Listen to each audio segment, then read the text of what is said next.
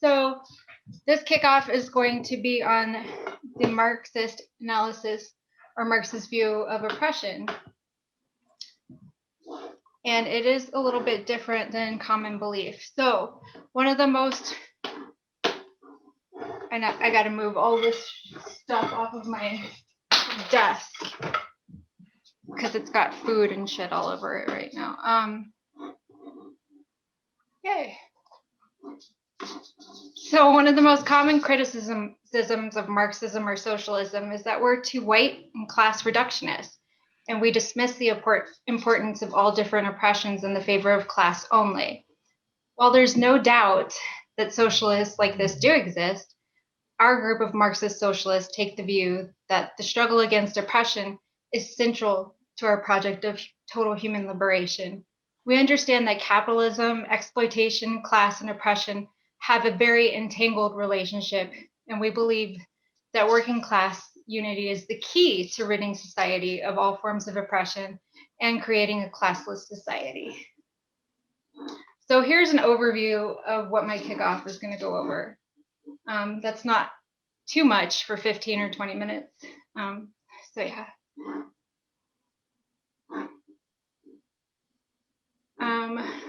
So I'm going to explain the brief history of oppression's roots, how the working class is oppressed, why oppression must be defeated to achieve the socialist goal of human liberation, and why working class unity is the vehicle to engage in this struggle. So first of all, you don't have to feel oppressed to be oppressed. Many people who are oppressed do feel oppressed, but you will always find examples of women who work 60 hours a week, take one vacation a year, work through the weekends every month end, through Christmas holidays, does the highest quality of work, gets paid less than her male counterparts, all of this while still going home, taking care of the housework, putting her kids to bed at night, taking care of them and helping with homework, and then continually getting passed up for partner at work for a male counterpart. And she totally gets it and understands because, you know, she took 3 months off for maternity leave twice, and she loves her job and she's going to continue to just work harder. And she understands. And I've met this woman several times. And there's always going to be sex workers who love their job, even though they have virtually no protections. The mother who just loves to stay at home with her kids, even though she doesn't get paid for any of that labor. The immigrant who's just happy to be in the US and that they'll work for any wage and do any work possible. And they might even refer to this as freedom or the beauty of capitalism. So oppression is not a psychological state of mind or domination or control that occurs naturally in the human condition, but it's a social construct of power and class structures. Oppression did exist prior to capitalism, and it's risen out of class divisions, but many oppressions that are experienced in capitalism were changed one way or another in the development of capitalism, whatever. And some oppressions did arise specifically with the emergence of capitalism. It was just specifically the nature of the oppressions that had changed with the emergence of capitalism to be roped around some kind of exploitation. So as Marxists, we use a dialectical approach at looking at history as a series of struggles related to the material conditions of societies. And that analysis shows us that capitalism emerged from the struggles that ended and replaced feudalism and slavocracy.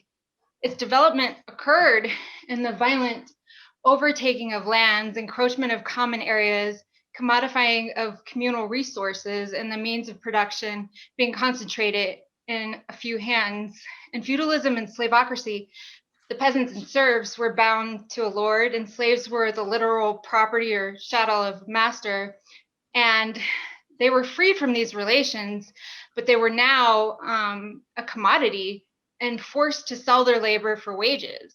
They were literally being plucked and yanked from the farms and the field and forced into the factories and the mines, the railroads, etc., along with other poor, lower class, indigenous, and immigrant workers.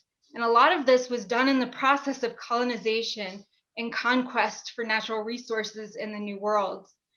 So, like a sidebar here, as workers were forced to compete in the job market and sell our labor for wages. We're not paid off of the value of what we actually produce for capitalists. And we certainly don't get to take what we produce home at night and then sell it like on Amazon or whatever for its actual value. And we're paid like a predetermined salary or wages, no matter what the value is of what we're producing or how much we produce, whatever. And we're in constant fear and competition against the employee next to us. And we're in fear of being terminated for producing poor quality or not producing enough, or maybe our skirt isn't high enough or anything. Like, we can be terminated for literally fucking anything. And so if the wages that we get are literally just enough for us to survive, to show up to work the next day, and to reproduce the next generation of the labor force to provide more profit for the capitalists. So the difference between the actual value of what we produce for the capitalists and what they pay us is the surplus value, and that's what they steal from us. That's the profit. And they do this all without doing any fucking work. They just put the upfront capital, or they own the means of the production. So this is exploitation, and this exploitation is not a side-by-side oppression like racism or xenophobia or sexism or whatever. It's a separate oppression and the exploitation in itself. And this exploitation is central to all of capitalism. So right here. So back to the original point that we were talking about, the roots in history. Capitalism emerged on the basis of freedom. It uprooted feudalism and slavocracy based on this freedom to make your own life, to get your own money or whatever, build your own business, pull up your bootstraps. But it was founded with the means of oppression, and it denies freedom to the majority of workers and benefits the very few at the top. And the whole thing is a Ponzi scheme. It's unsustainable because it depends on the exploitation of those at the bottom. So oppression was not only a key piece in capitalism's emergence, it's central to its expansion and its continuance. Additionally, class exploitation is not just another, like I already explained, the exploitation is the heart of capitalism. If you cut the heart out of capitalism, it can't exist anymore. So basically, they oppress us so that they can exploit us.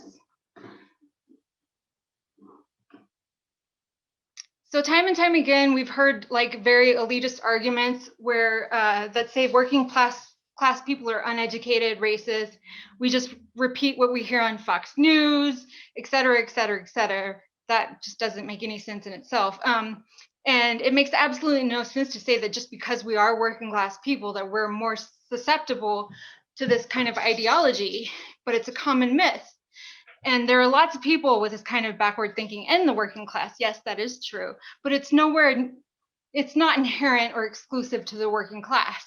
In regards to the history of the working class exploitation, all of these ignorant ideologies, racism, sexism, ableism, xenophobia, body shaming, everything, have been proven to be rooted in elitist ruling class ideologies. They were used as excuses for the conquest and plundering, the harboring of wealth, property, and power. And it was these very same ideas that formed the basis of the exploitative nature of capitalism. And these same ideas have been used as a tool of social control of those being exploited. These ideas are constantly reinforced from above, and then they manifest themselves as actual obstacles that keep the working class divided in a way that makes it very hard for the average worker to find common ground against one another, with one another. And it renders them almost incapable of ever uniting and rising up against the ruling class. So it's said, Marx said, it is said that the ruling class ideas are the prevailing ideas in a society because the ruling class controls all the systems, they control all the structures, and they control all the institutions. They have a hegemony.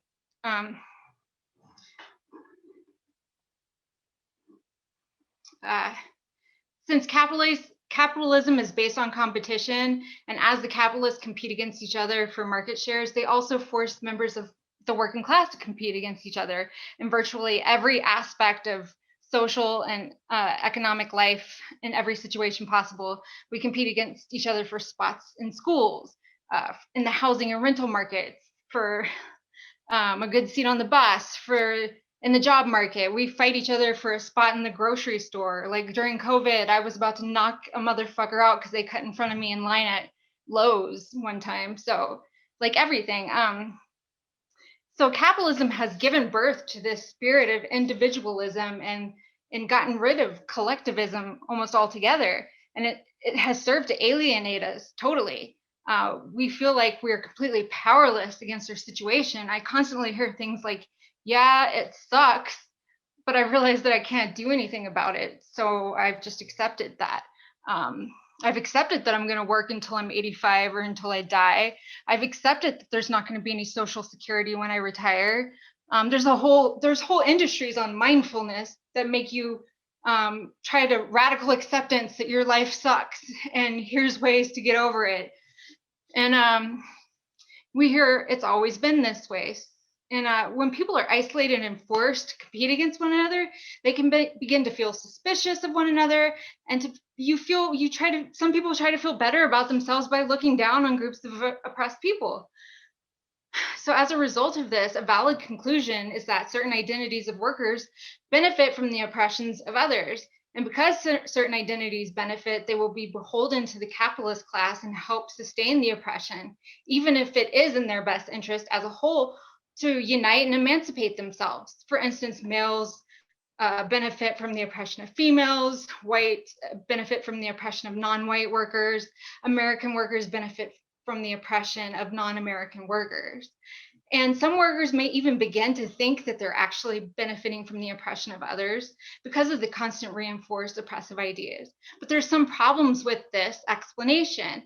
So while it is true there is not equality among oppressed groups, some do definitely have it worse than others, and we absolutely recognize this.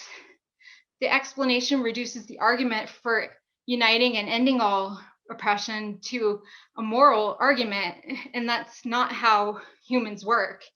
The argument for unity needs to be rooted in a material basis. We can't just say, hey, join us in our fight against racism because racism is bad. Love is love, science is real, like those yard signs. It just doesn't work like that.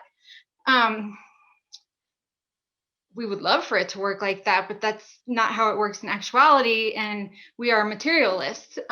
The socialist take is that oppressions workers face are rooted in capitalism and have been continually reinforced as a tool to keep us divided for exploitation. And this is to the benefit of no worker. It is to the detriment of all workers. An example of this, and these are true statistics, white women are making 79 cents on every dollar that a man makes.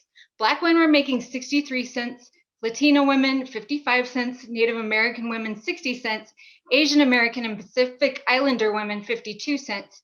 It doesn't mean that minimum wage suddenly increases for men. It means that the capitalists have an easier time justifying lower pay for all of us workers. And the logical solution to that would be females, uniting alongside each other and the working class men coming along with us to demand higher wages for everyone. No worker benefits under the current circumstances. And while we do recognize that some bear more detriment than others, as I just displayed, as socialists, we see that the causes of oppression are rooted in capitalism. Therefore, we can say that the oppression has a symbiotic relationship with capitalism. It is the tool used to guarantee the ability to continuously exploit workers, and in fact, it depends on it. And the working class cannot defeat capitalism without uniting the struggle against any and all oppressions. We are not invalidating any particular oppression when we say this. Instead, we are recognizing that each oppression is tangled together and absolutely has to be defeated in our struggle. As Malcolm X said, you can't have capitalism without racism. I don't know if he said it like that, but he said it. If we, as Marxists, were to somehow eliminate capitalism without eliminating oppression, which I think is impossible, another class society would just emerge. There would still be those who are oppressed and those who are the oppressors. So In the Communist Manifesto, Marx and Engels wrote, all previous historical movements were movements of minorities, or in the interest of minorities. The proletarian movement is the self-conscious, independent movement of the immense majority in the interest of the immense majority. The proletariat, the lowest stratum of our present society, cannot stir, cannot raise itself up without the whole superincumbent strata of official society being sprung into the air. So while movements like civil rights movements, the labor movement, Black Power movement, have led to reforms that made workers' lives significantly better, they were only reforms. And these reforms have largely been chipped away by laws disguised as other things, like anti-crime bills, welfare reform bills, the right to work, budget cuts, etc. Capitalism will allow just enough concessions to prevent any disruptions to the cycle of exploitation for profit. But when that concession interferes with profit, capitalism will find a way to circumvent it. This has happened all over the world, all throughout the history of capitalism. Capitalists and capitalism have corrected itself. And because of this, we know that any change can only occur by dismantling capitalism altogether and replacing it. This is fundamental to our project as revolutionary socialists.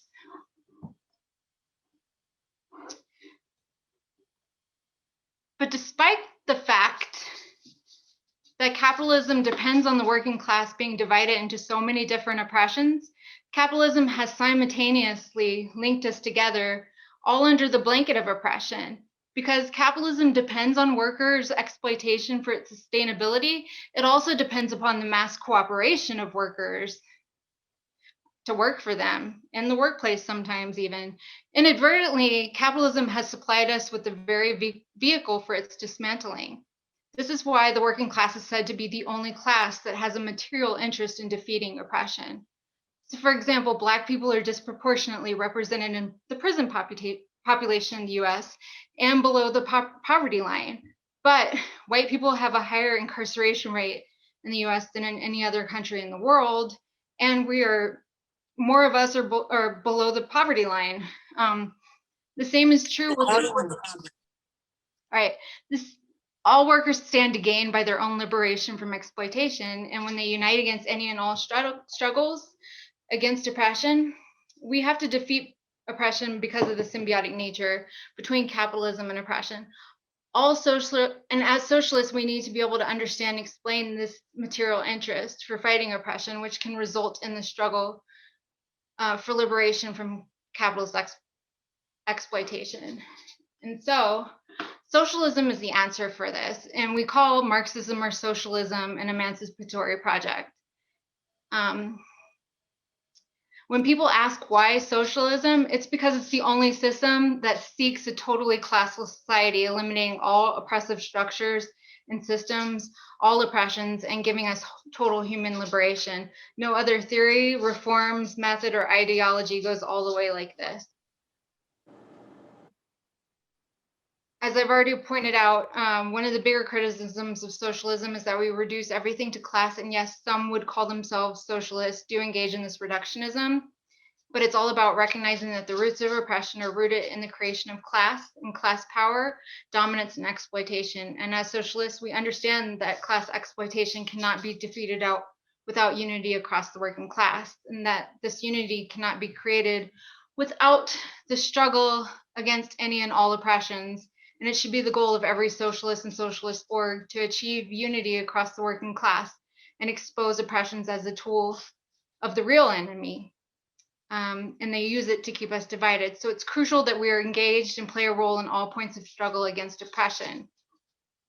We need to be there to provide our anti-capitalist analysis in times of struggle, and to provide the case for socialism as being the only true alternative. So that's pretty much it. Socialism without the end goal of total human liberation doesn't exist.